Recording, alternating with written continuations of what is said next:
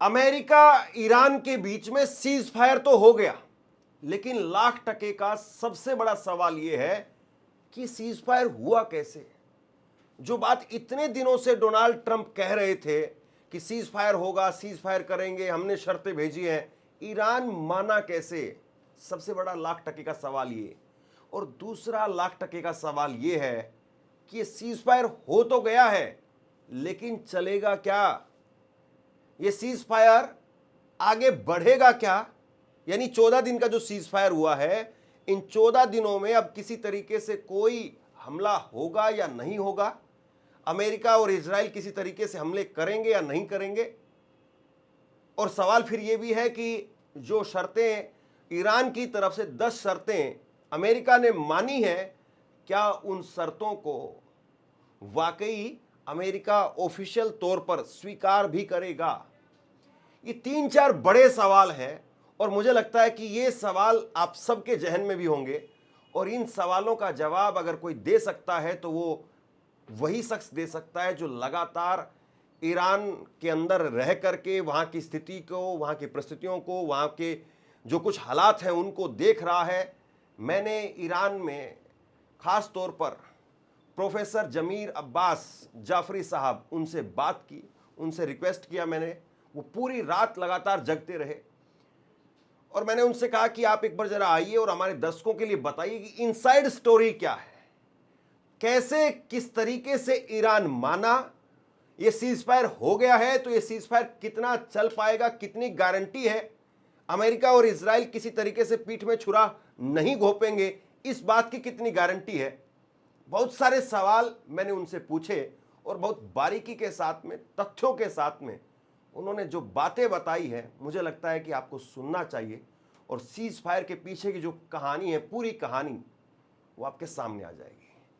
ये इंटरव्यू मैं आपके सामने पेश करूं उससे पहले एक छोटी सी दरखास्त है कि अगर इस वीडियो को अभी तक आपने लाइक नहीं किया है तो वीडियो को लाइक कर दीजिए और चैनल को सब्सक्राइब जरूर कर लीजिए, ताकि ऐसी ही खबरें वो आप तक लगातार पहुंचती रहें। मैं आपसे ही जानना चाहता हूं कि जो ये सीज फायर हुआ है, इसको लेकर के आपको क्या इनपुट्स मिल रहे हैं।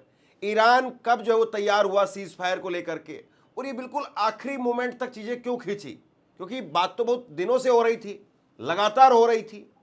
तो पहला तो यही बताइए कि ये सीज फायर, इसके लिए ईरान कैसे तैयार हुआ, और क्या ये सीज फायर आपको लग रहा है कि चल पड़ेगा या फिर अभी कुछ वक्त की जो है वो एक तरीके से खामोशी है और फिर से हमले होंगे। तो बहुत सारे सवाल है, लेकिन पहला सवाल तो यही कि ईरान कब किस वक्त पर जो है वो इसके लिए तैयार हुआ।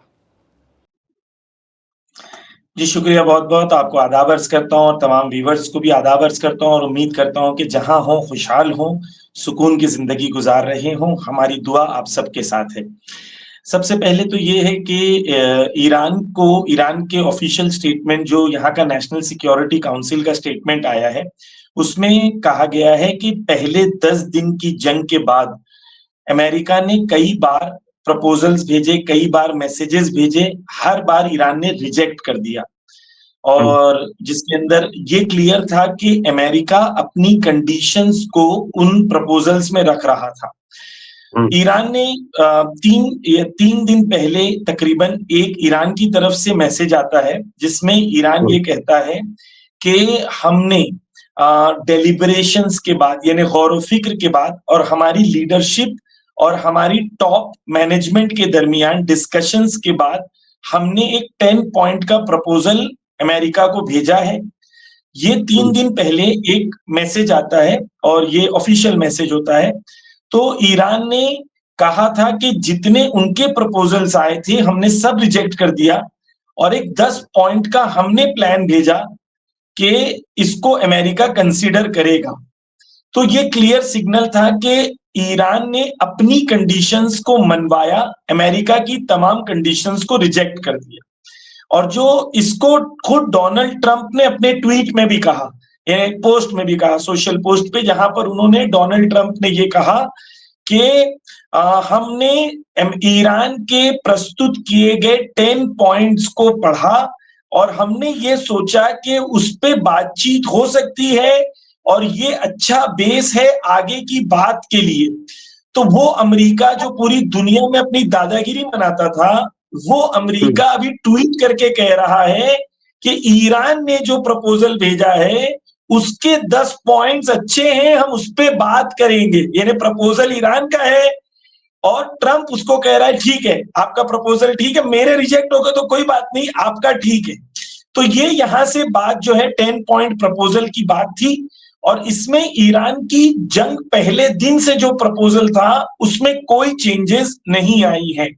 जो ईरान के लिए क्लियर है कि ईरान तब तक जंग लड़ेगा जब तक ये 10 पॉइंट्स जो ईरान के हैं वो पूरे नहीं होते।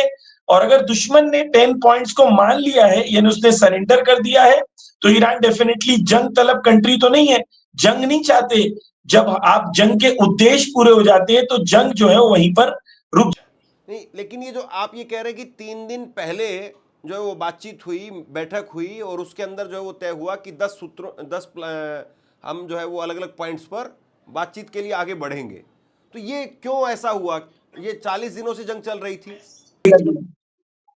नहीं नहीं, मैसेज भेजा गया। देखिए जंग में ये होता है कि एक होता है नेगोशिएशन। नेगोशिएशन का मतलब होता है कि आप दो पार्टीज बैठ के बात कर रही हैं।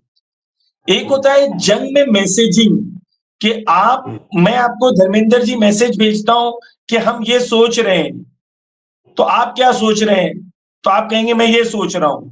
फिर उसके बाद हम लोग कहेंगे चलो यार आप बैठ के बात करते हैं। तो पहला होता है मैसेजिंग, फिर होती है नेगोशिएशंस। तो पहले ईरान ने यह कहा कि कई बार टर्की से, इजिप्ट से, पाकिस्तान से और कई मुल्कों से ईरान को मैसेज भेजे गए और ईरान ने तमाम मैसेज को रिजेक्ट कर दिया था और कहा कि हमने रिजेक्ट कर दिया। ये खुद ईरान के फॉरेन मिनिस्टर ने ट्वीट किया और ये कंसिस्टेंट है। फिर ईरान ने 3 दिन पहले जब कहा कि हमने तमाम मैसेजेस को रिजेक्ट कर दिया लेकिन हमने अब खुद अपना मैसेज उनको भेजा है, तो अब अमेरिका के बॉल अमेरिका के कोर्ट में था कि अमेरिका को फैसला करना था कि वो जो ईरान ने प्रपोजल भेजा है उसका क्या जवाब देना है। तो उसके जवाब में कहा कि हम पूरी सिविलाइजेशन को तबाह कर देंगे, न्यूक्लियर बॉम्ब, बोला नहीं न्यूक्लियर बॉम्ब मार देंगे, लेकिन उसका मतलब यही था कि कल कोई जिंदा नहीं रहेगा। ये यानी ईरान के ऊपर दबाव बनाना चाह रहे थे कि हम आपका 10 पॉइंट प्रपोजल नहीं मानेंगे, तुम पर दबाव बनाते हैं कि तुम हमारी बात मान लो, जो हमने 15 पॉइंट प्रपोजल भेजा था उसको आप एक्सेप्ट कर लो। रिजल्ट क्या हुआ कि ईरान डरा नहीं और फाइनली अमेरिका उस पोजीशन पर आता है कि पहले शाहबाज शरीफ एक ट्वीट करता है और उस ट्वीट में लिखा होता है message draft for the prime minister of Pakistan. यानी वो जो व्हाइट हाउस ने उसे भेजा था, क्योंकि खुद ट्रंप तो नहीं कह सकता कि मैंने अब दोबारा बढ़ाना चाह रहा हूं, यानी दोबारा जलील नहीं हो सकता है वो, तो उसने पाकिस्तान को भेजा।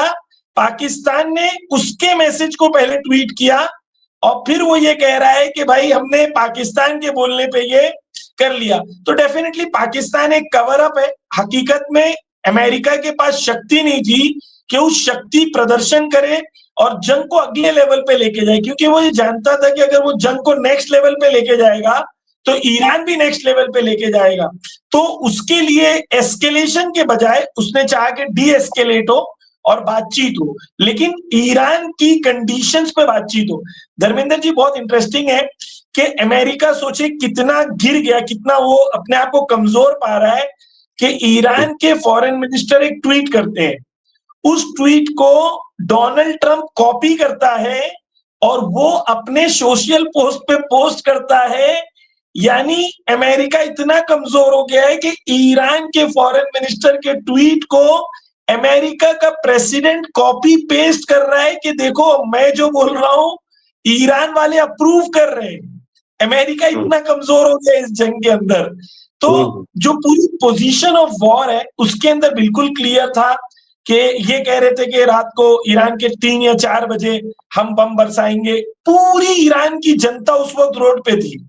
मैं खुद भी कल रात को 2:30 बजे घर पे आया हूं, तो ईरान की जनता जो है पूरी रास्ते पे थी, लाखों की तादाद में। वो कह रहे थे तुम मारोगे, तो जनता जो क्रांतिकारी जनता थी वो कह रही थी कि हम बम से नहीं डरते, तुम्हें मारना है मारो, हम खड़े रहेंगे मैदान में, हम डरने वाली कौम नहीं है।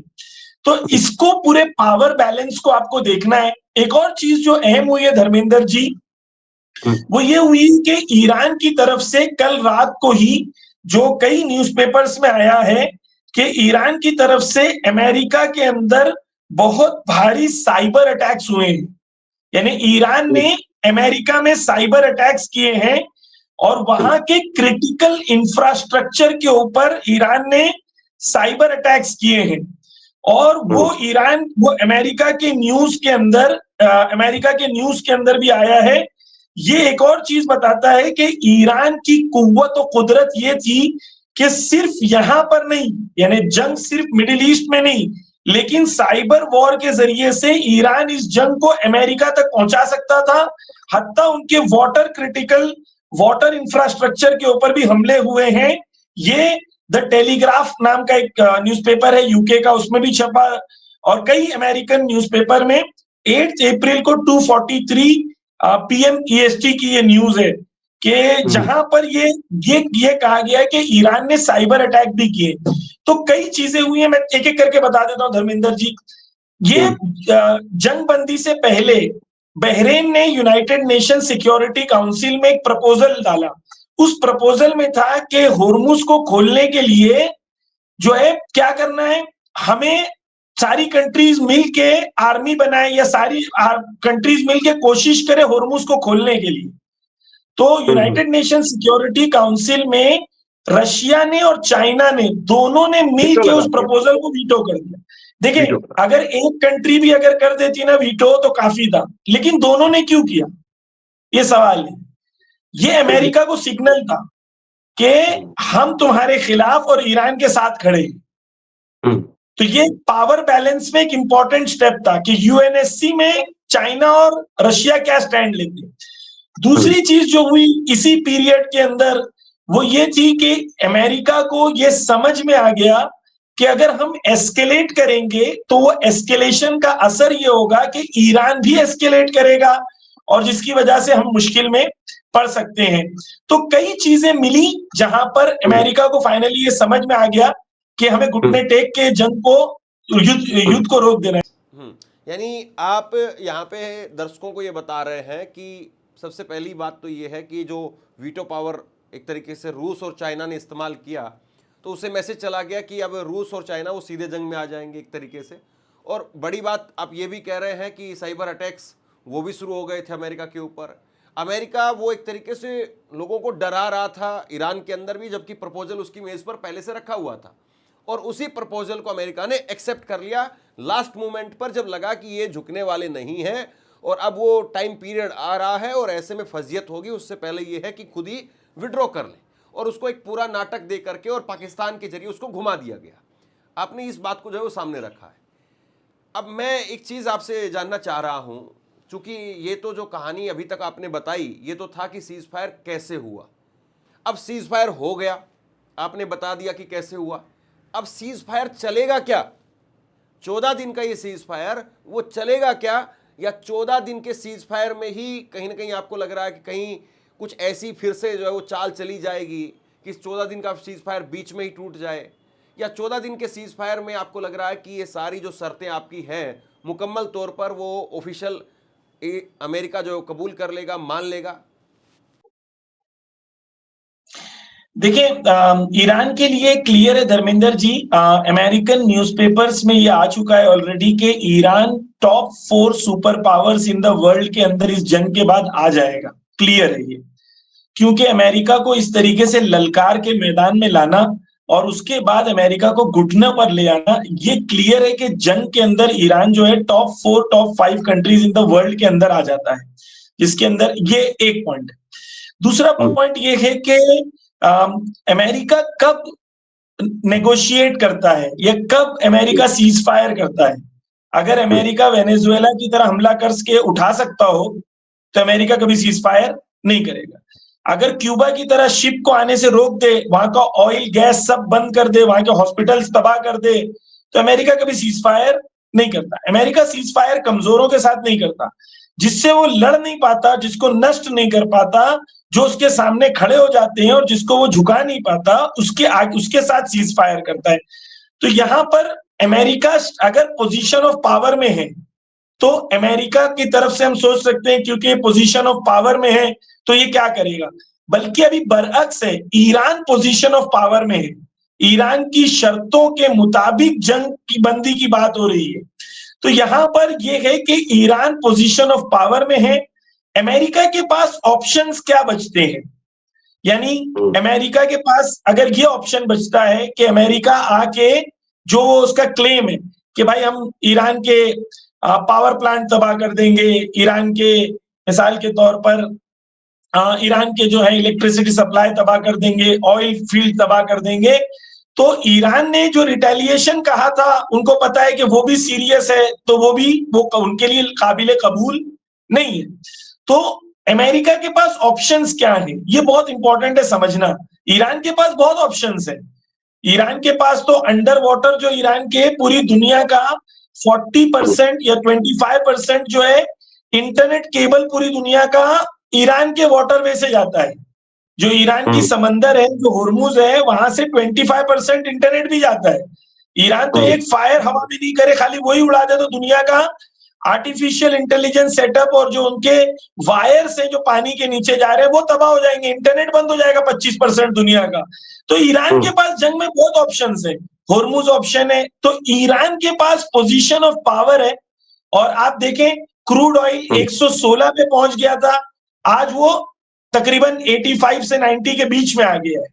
तो यहां पर ये ईरान को पता है कि ईरान अगर हुर्मुज को और अगर कंट्रोल करेगा, उसके रिजल्ट में जो ऑयल है वो हो सकता है 150-200 तक चला जाता, 150-200 तक चले जाता, तो $12 ट्रिलियन अमेरिकन मार्केट से पैसा खत्म हो गया है। $12 ट्रिलियन, यानी यूके, जापान और फ्रांस की अगर पूरी इकोनॉमी मिला लो तो इतना पैसा ऑलरेडी जंग शुरू होने से अब तक मार्केट से गायब हो गया है। तो ईरान ने, ऐसा नहीं है कि ईरान अमेरिका को कुछ कर नहीं पा रहा था, लोगों को लग रहा था कि बम नहीं मार रहा है तो कुछ कर नहीं पा रहा है, ऐसा नहीं है। अमेरिका के अंदर जो मार्केट है और अमेरिका के अंदर महंगाई है, पेट्रोल है, हर जगह अमेरिका में असर हो रहा था। अगर अमेरिका डिसाइड करता है फिर से जंग में आने के लिए, फिर क्या होगा, यही सारी चीजें होंगी।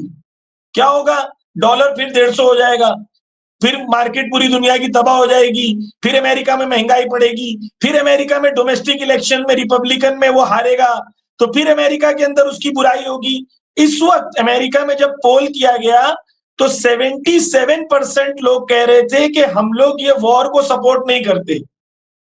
50% लोगों ने कहा कि ये वॉर शुरू किया गया है एप्स्टीन फाइल का केस छुपाने के लिए। 60% जूस कहते हैं, अमेरिकन जूस, कि we are against this war. तो अमेरिका की पूरी छवि दुनिया में, वो तो छोड़ दें, खुद अमेरिका में कई लाख लोग आए थे नो किंग्स प्रोटेस्ट में।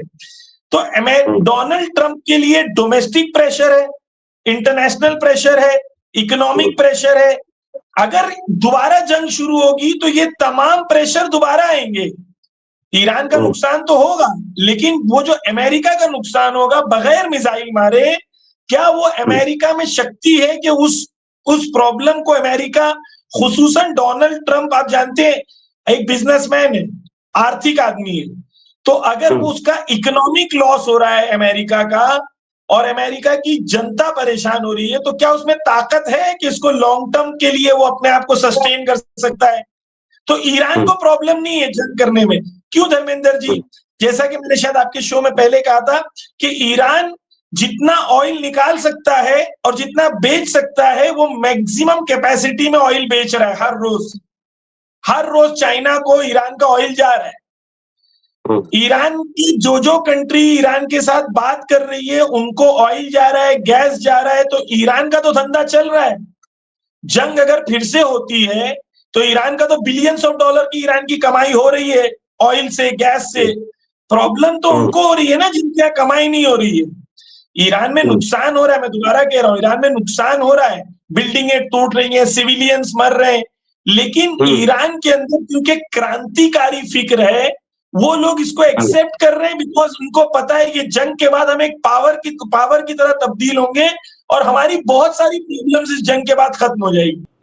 देखिए, आपने बहुत सारे पॉइंट्स बताए और जाहिर सी बात है वैलिड पॉइंट्स है, मैंने नोट डाउन भी बहुत सारे पॉइंट्स किए हैं, लेकिन मैं फिर आपसे सवाल पूछता हूं, इजराइल जिस तरीके से लेबनान के अंदर हमले कर रहा है, बेरूत में हमले हो रहे हैं, अभी भी कुछ तस्वीरें निकल करके सामने आई।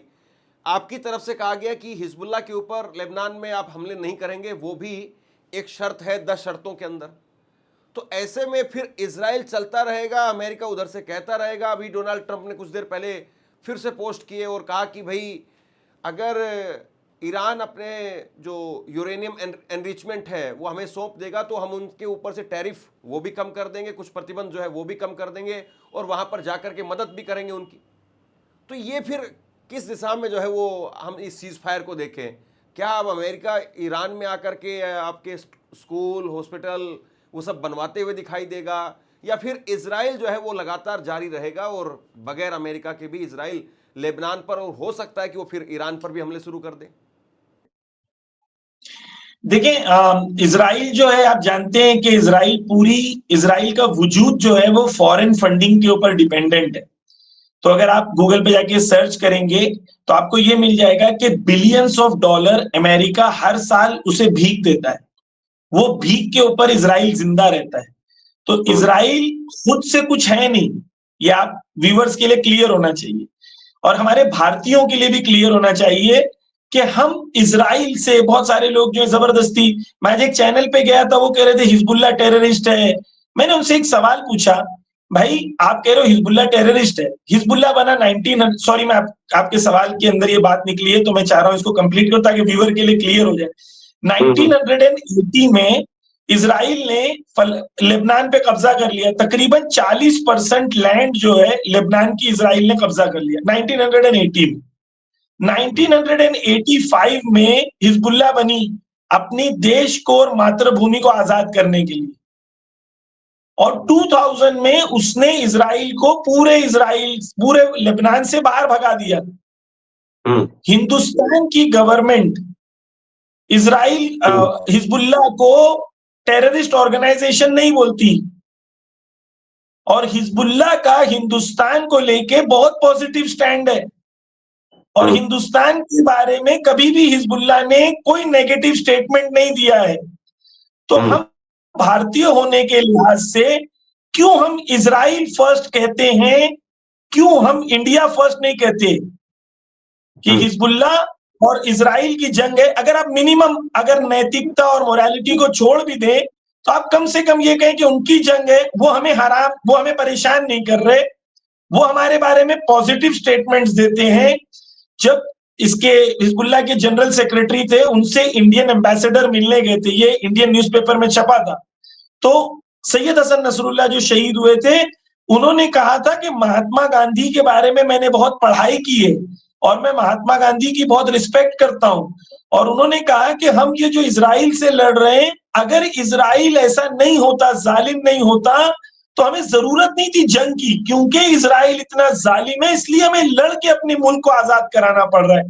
तो ये एक चीज है कि हिजबुल्लाह और लुबनान की जंग, हमारे व्यूअर्स के लिए मैं उनको रिक्वेस्ट करूंगा, आप थोड़ा सा पढ़िए, हिस्ट्री, इतिहास दोनों का जाके पढ़िए कि हिजबुल्लाह, आप खाली गूगल पे ये सर्च करिए कि लेबनान के अंदर इजरायली आर्मी ने कितने मैसेकर्स किए, यानी गांव में घुसते थे, पूरे पूरे गांव को मार देते थे, पूरी पूरी औरतों को का बलात्कार करते थे। ये मैं नहीं कह रहा हूं, ये दर्ज हिस्टोरिकल फैक्ट्स हैं।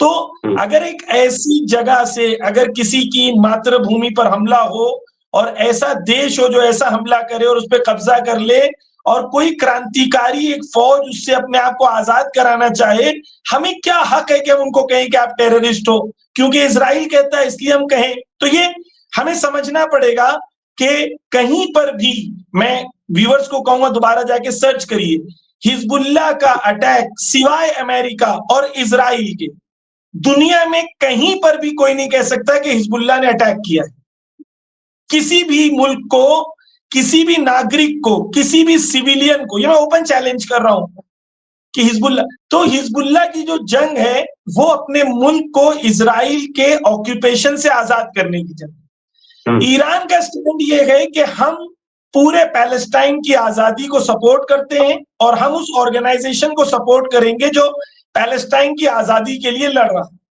अब वो चाहे जो भी ऑर्गेनाइजेशन हो, ईरान का ऑफिशियल स्टैंड यही। अब ये जंग के अंदर अगर अमेरिका बाहर हट जाता है और इजराइल अकेला बच जाता है तो इजराइल कोलैप्स हो जाएगा। कैसे? कि इजराइल का जो आईडीएफ का हेड है, जामिर नाम है उनका, वो कहता है कि हमारे पास इस वक्त आर्मी में सोल्जर्स की कमी है। 20,000 सोल्जर हमारे पास कम है लड़ने के लिए आज, 20,000 सोल्जर। और वो कहते हैं कि नए सोल्जर आ नहीं रहे, रिक्रूटमेंट हो नहीं रहा है। अगर ये प्रोसेस चलता रहा तो आईडीएफ कोलैप्स कर जाएगा, इंटरनली कोलैप्स कर जाएगा। अगर कोई एक रेड फ्लैग उठाएगा तो मैं 10 रेड फ्लैग उठाऊंगा। तो ये तस्वुर करना कि इजराइल बगैर अमेरिका के सपोर्ट के लड़ लेगा, तो ये खाम ख्याली है। उसको अमेरिका से वेपन्स चाहिए। उसने गाजा में बगैर अमेरिकन वेपन से लड़ाई की नहीं, अमेरिकन वेपन से लड़ाई की। यानी अमेरिका उसको अगर सपोर्ट ना करे तो इजराइल खड़ा नहीं रह सकता। तो यानी अगर अमेरिका सीधे तौर पर अपनी तरफ से जो जंग बंद कर दे और इजराइल अगर फिर भी बैक सपोर्ट से, अगर अमेरिका के सपोर्ट से इस जंग को जारी रखे, क्या यही होता रहेगा? हाँ, अगर इजराइल डायरेक्ट अमेरिका पीछे से इजराइल को सपोर्ट करेगा तो अब जंग के अंदर अमेरिका नहीं है, अब जंग के अंदर ईरान है, इजराइल है, लुबनान है और फलस्तीन है। इजराइल अकेला है और इजराइल के अंदर खुद उनकी उनकी कौम जो है वो इजराइल छोड़ के भाग रही है। आपने शायद कवर किया होगा, इजिप्ट के बॉर्डर पर अगर आप डेली वीडियोस देखेंगे तो हजारों की तादाद में इजरायली इजिप्ट के जरिए से इजराइल छोड़ के भाग रहे हैं। वहां पर लोग आए थे कि यहाँ फ्री जमीन मिलेगी, दूसरे की जमीन पे कब्जा करेंगे, मजे करेंगे। जब मार पड़ने लगी तो सारे भाग गए क्योंकि उनकी मातृभूमि नहीं है। वो सब कैनेडियन है, अमेरिकन है, यूरोपियन है, सब अपने अपने मुल्क जा रहे हैं वापस। तो इजराइल की हालत 2 साल की जंग के बाद जो हुई है कि वहां के नागरिक उसको छोड़ के भागना चाह रहे हैं, ये उनकी पोजीशन है आज। अगर ये जंग बढ़ी और ईरान फुल स्केल पे इजराइल के मुकाबले में आ गया और पीछे से अमेरिका हट गया तो इजराइल का क्या होगा? इजराइल इतना सा है अमेरिका ईरान के मुकाबले में, ठीक है?